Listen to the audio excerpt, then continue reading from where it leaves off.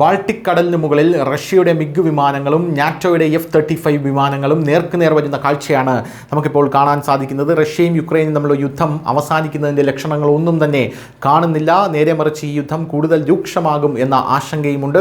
ഈ യുദ്ധം ഇനി യൂറോപ്പിൽ യുക്രൈനിലൂടെ ആരംഭിക്കുമോ എന്ന ആശങ്കയുണ്ട്.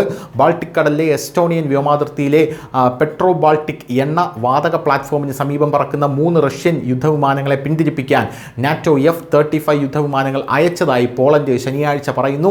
പോളണ്ട് വ്യോമാതിർത്തിയിൽ ഒരു റഷ്യൻ ഡ്രോൺ വെടിവെച്ചിട്ട് ഒരാഴ്ച കഴിഞ്ഞാണ് റഷ്യൻ ജെറ്റുകൾ എസ്റ്റോണിയൻ അതിർത്തിയിൽ പ്രവേശിച്ചത്. ബാൾട്ടിക് കടലിലെ Petro Baltic crude oil and gas പ്ലാറ്റ്ഫോമിലേക്ക് റഷ്യൻ യുദ്ധവിമാനങ്ങൾ അടുക്കുന്നത് നാറ്റോയും റഷ്യയും തമ്മിലുള്ള വർദ്ധിച്ചു വരുന്ന പിരിമുറുക്കത്തിൻ്റെ സൂചനയാണ്. കൂടാതെ യൂറോപ്പും റഷ്യയും തമ്മിലുള്ള യുദ്ധം സമീപഭാവിയിൽ പൊട്ടിപ്പുറപ്പെടുമെന്ന ആശങ്കയുമുണ്ട്.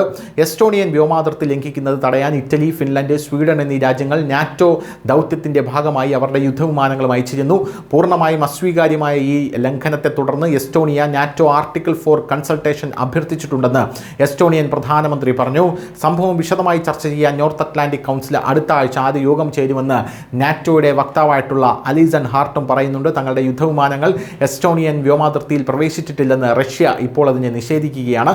മറ്റ് രാജ്യങ്ങളുടെ അതിർത്തികൾ ലംഘിക്കാതെയും അന്താരാഷ്ട്ര നിയമങ്ങൾ പാലിച്ചുകൊണ്ടുമാണ് തങ്ങളുടെ യുദ്ധവിമാനങ്ങൾ പറന്നതെന്ന് റഷ്യൻ പ്രതിരോധ മന്ത്രാലയം തറപ്പിച്ചു പറയുന്നു.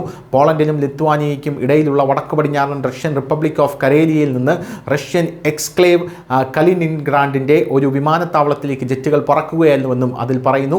ആ സമയത്ത് അവ ബാൾട്ടിക് കടലിൻ്റെ പ്രാദേശിക ജലാശയങ്ങൾക്ക് മുകളിലൂടെ എസ്റ്റോണിയൻ പ്രദേശത്തിൻ്റെ വടക്കേ അറ്റത്ത് നിന്ന് 3 കിലോമീറ്ററിലധികം അകലെ പറക്കുകയായിരുന്നു എന്നുള്ളതാണ് മറ്റൊരു report. News desk, news India Malayalam.